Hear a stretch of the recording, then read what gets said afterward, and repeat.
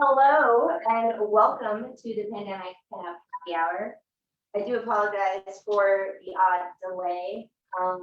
Facebook and Zoom have updated the way they interface, and it has made this a little odd. However, I'm really excited to show you all some cocktails today. As per usual, I have created 3 cocktails, but as not per usual, I actually have not named all of these cocktails. I had the ideas, I brought them together, and I just haven't found the right names. And I'm a sucker for a good name. If you've looked at classes I've done in the past, I am a really big fan of idioms and puns, and I've named 1 out of 3. So usually by the time these get posted to the Instagram account, I will have named all 3. If you, however, come up with a name in the meantime, please let me know what it is. I love it when other people name their cocktails. Sometimes they come up with things that are even better than anything I've ever thought of. So today's theme is floral cocktails. I feel like it's a category that doesn't get done a whole lot. I think that floral is a flavor that isn't very common to most people. It's also really hard to use and work with without it taking everything over and then feeling like you're drinking perfume. Because when you mix flowers and alcohol, you get perfume. So I really wanted to try and think about it a little outside of the box, use some weird ingredients. These are by no means absolutely as is need to be done this way every single time. A lot of the times when I present recipes on this happy hour, some of them are works in progress, but a lot of them are just kind of guidelines. I am always honest if it's like this is an absolute banger, drink it like this, trust me, go make it, it'll be great. Other ones are kind of a work in progress. Other ones are like, oh, this is really good, but I feel like it could still go more places. I'm never really fully done with experimenting, mainly because I'll make something and come back to it afterwards. Whether that's an hour later or a year later, and sometimes just. But today, I guess you could start with the one that has a name. I'm calling it Blossom in the Rye. And I wanted to use an ingredient that I find very difficult to use, and that is something called creme de violette. It's known for its use in a classic cocktail that goes by the name of aviation. It's a violet flower liqueur, and it's really potent. It's beautiful. It's this dark amethyst purple, but it is incredibly strong, and a little will do you. Like that will do you. And therefore, I feel like it just doesn't get used a whole lot because it is so overpowering. So I wanted to find a way to really work it into a cocktail. It's definitely not the focus. So when I do say floral cocktails this week, I don't mean that you're going to be sipping flowers. I just mean that they are floral inspired or there's a floral ingredient. Some of them will be absolutely floral forward, but this one is a blossom in the rye because it is a flower-based liqueur and a rye whiskey. So for this cocktail, we're actually going to be using some espresso. We're going to do some muddling. I love muddling. I don't know why I don't do a lot more of it on the happy hour. Perhaps that'll be one of my new projects. But we're going to take a lemon peel and put that in there. And then I have a few pieces of ginger. It's kind of up to taste. And it's really going to depend on your rye whiskey because some rye whiskeys have a heavier spice note, some are a little more subtle. The one I'm using today is a little more mellow. It's still a rye, but it's definitely on the mellower side of rye that I currently drink or do enjoy.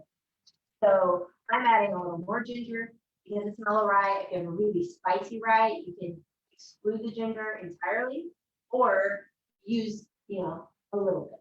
So I'll be using a 2-ounce pour of rye. And I'm only putting the rye in here for now. I'm going to muddle the lemon peel and the ginger into. So the one I'm using today is Red River Rye Whiskey, and it's finished in bourbon whiskey barrels. So that's probably one of the reasons it's nice and mellow, because bourbon is known for its sweet, vanilla style kind of caramel notes, just kind of a little on the softer side, if you will. And then ryes are known for their really spicy, grain forward, sometimes peppery kind of flavor. So if you take the peppery kind of flavor and you put it into something that has a little sweet caramel vanilla notes, of course it's going to melt that. So we're just muddling lightly, mainly trying to really just get the oils out of the lemon peel and crush up that ginger in there. I am going to add a quarter of creme de menthe. Okay, very potent. And I did try playing with this to try and create something that had a little more of this in there. Still work in progress. When I hit something that can handle more of this, I'll let you know. I think the largest amount of creme de menthe I've ever put in a cocktail was an ounce, and I basically did a lift or something similar to a rock gin fizz, which had like cream and had like, and kind of turned into this like swirly ice cream teasy cocktail. That was pretty tasty, but it still was not primary spirit in that. I'm also going to add a quarter of an ounce of creme de cassis. The creme de cassis is made with black currant, so it's really kind of rich and tart, fruity tasting, really, really nice. And then I've prepared a chai tea syrup. So it's a strong chai tea syrup. The instructions for the prep sheet this week indicated that you could buy a chai concentrate, which is really easily accessible in most markets. I think the most common brand is Tazo tea. You make a chai concentrate that you can use for chai tea lattes and so forth. Or you can take 2 tea bags and then double steep them in the same amount of water, and then use that as the base for your simple syrup. So I'm going to be using a half ounce of that. Put that right in here. And then 1 dash of orange. Now, I wanted to kind of put more floral notes into this, so I did play around with serving it with a sprig of orange blossom water, but it was just a little too much. There was too much going on because creme de cassis is really bright and really heady. It's got a nice aroma to it, but so does the violet, and it makes something else. So I'm going to ice my mixing glass.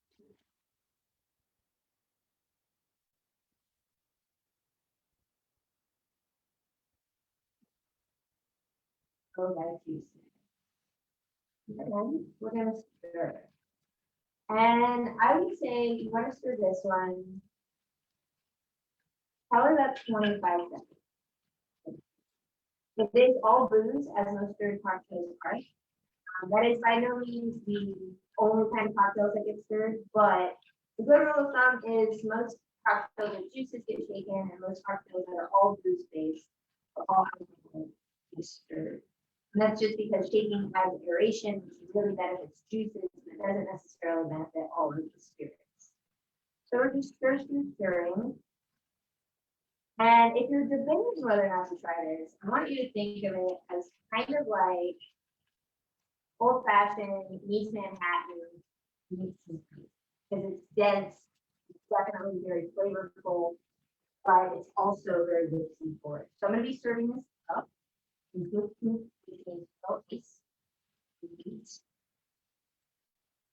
Pour that in there.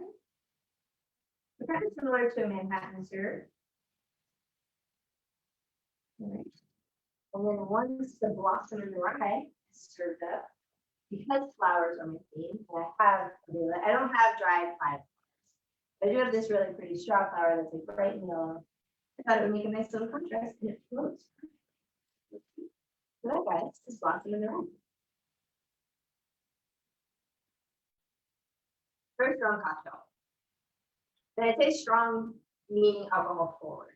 So there's not anything that's hiding. You can get the violet in there, the rye is in there, the chai is in there. The cassis is actually more of a modifier to balance it out, to kind of add a light amount of acidity without adding any juice.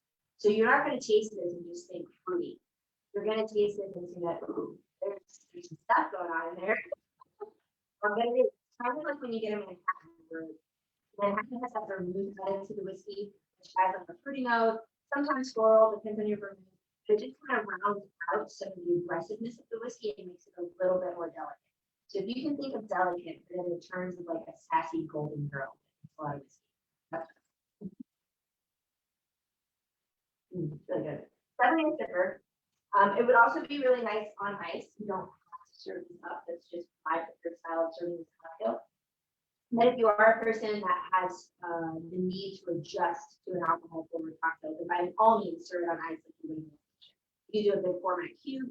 If you want to just have it chill slowly, Or if you really want to add an extra amount of hydrogen in the drink, you by all means put on several pieces. So the next cocktail I'm doing, entitled number one for today, is a shandy. And we're kind of going off the rails, but not really. We're keeping it floral, but we're thinking of floral in a different format, which is hops. Hops is a flower, and it is put into beer and it gives it all of those flavors. So the flower in this cocktail is the hops, which is in the IPA. So I wanted to play around and make a shandy. Those shandies I've ever had or made are usually with a Hefeweizen or a wheat-based beer, or something light like a lager or a blonde ale or something of that nature. So I wanted to kind of chat into the IPA and see what. So this one is going to be shaken. So for this cocktail, we're going to be using 1.5 ounces of vodka. You could absolutely use a different clear spirit. I would probably recommend silver tequila. I don't know if I would go for an actual rum, maybe a really light silver rum. Definitely not gin. There's just too much going on. IPAs can be very flavorful. I chose vodka to kind of up our ABV and give it a little kick and balance out the other ingredients I'm putting in there. But I'm not trying to add a whole lot more flavor to it. So I'm using 1.5 ounces of the vodka. And then I have passion fruit juice. I love passion fruit. Oh my gosh. So 1 whole ounce of that. Oh, I love passion fruit. I feel like I should also do an entire class, which is passion fruit cocktails. That would make me super happy. I love it. It's been a lot of time in my life in Costa Rica, and they have a lot of things that have passion fruit. Cakes, ice cream, candy. It's just delicious because it's like that sour sweet. So I really love it. We're going to do a 1/2 ounce of lemon juice, building on that acidity. And then I made a barley simple syrup. So I wanted something that would kind of hold the flavors together, but also kind of echo some of the flavors in the beer. And so barley is grain that's always, or not always, but is used often in beer making, so that cereal kind of graining out. But I just used the pearl barley, nothing crazy or special. If you had access like beer grade barley or cereals, by all means use that for your syrup. It would be much better. So I'm going to be using a 1/2 ounce of that as well. And then 2 dashes of orange bitters. As you can tell, I was kind of on like the orange bitters here when I was doing these. Also, citrus and floral go really well together. So it's just a much better pairing than something more classic like a English. So I'm gonna add some ice and reshake. I'm probably only gonna fill my shaker about 1/3 of the way. I'm not gonna fill it like I usually do.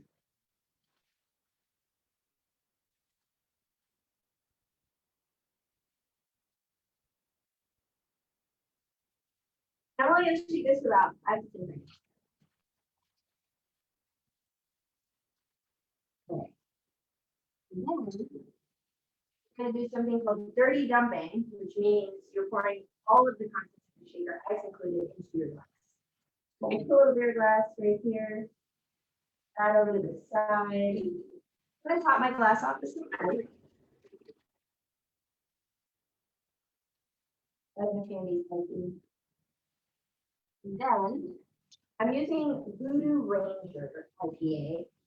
To be very honest, I didn't test out a whole bunch of IPAs, mainly because IPAs are not a common thing I drink. I do enjoy them, but they're not my go-to. And I just did not feel like making this cocktail with two other IPAs. However, that being said, it's definitely a very hoppy IPA. There's all kinds of IPAs now. You have hazy, you have softer ones.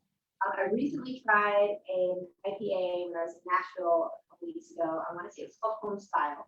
It's local. If I had access to that, I would definitely use that for this BB with pets.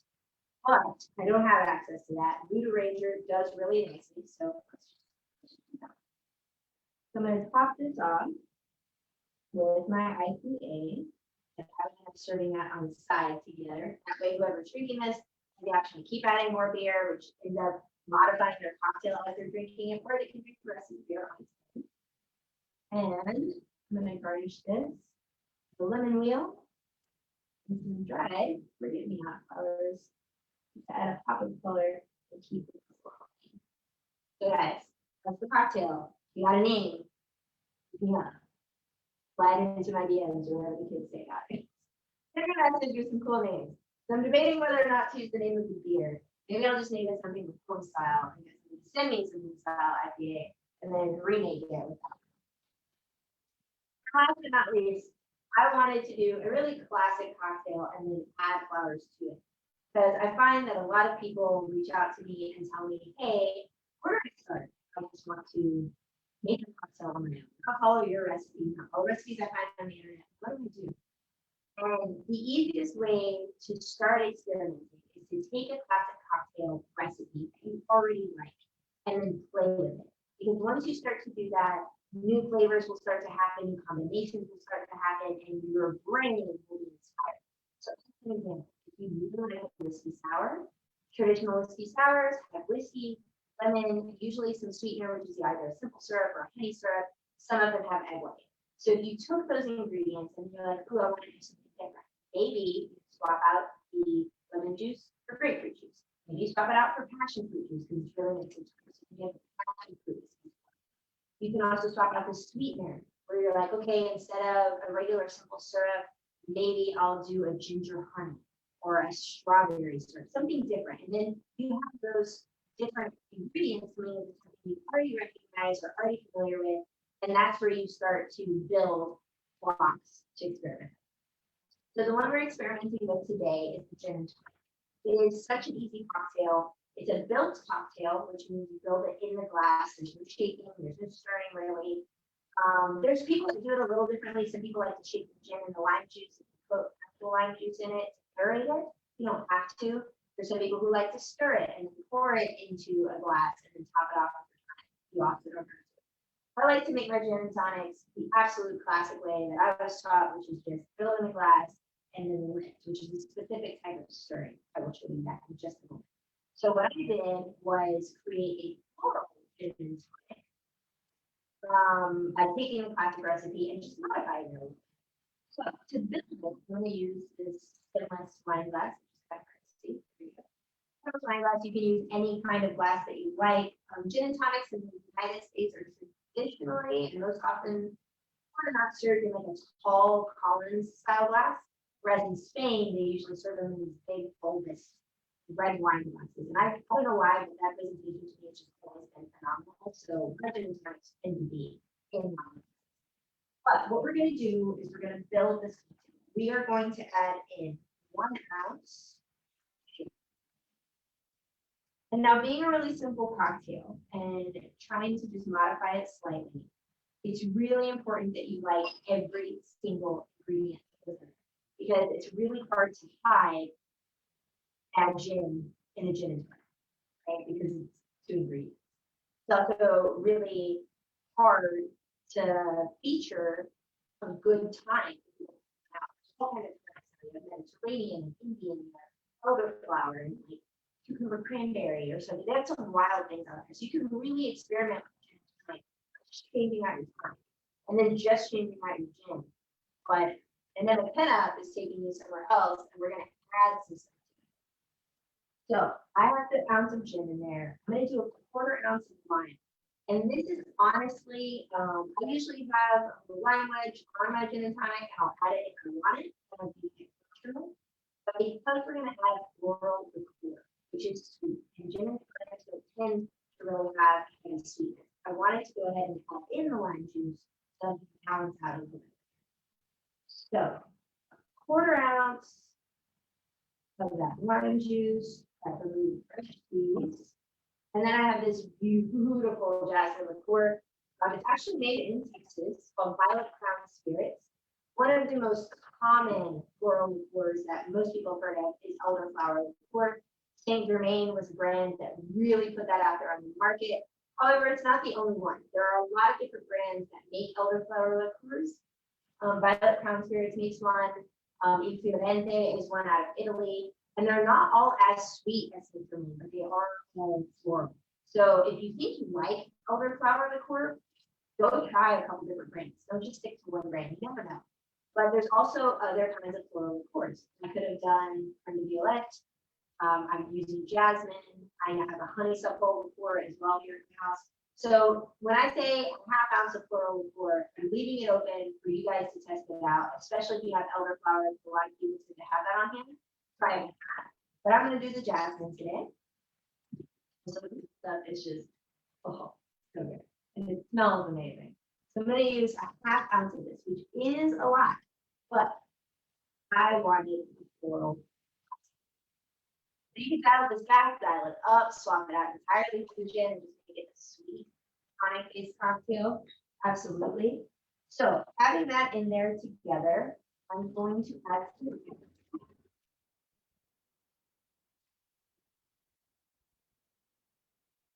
And then I'm going to add about 3 to 5 ounces of tonic. And that's really a range to taste. Depending on your flow of liqueur, it can be sweet, tonic, cyanide in there, a little bit of bitterness. If you really, really enjoy it and you don't that much mixer, then don't go all the way to 5.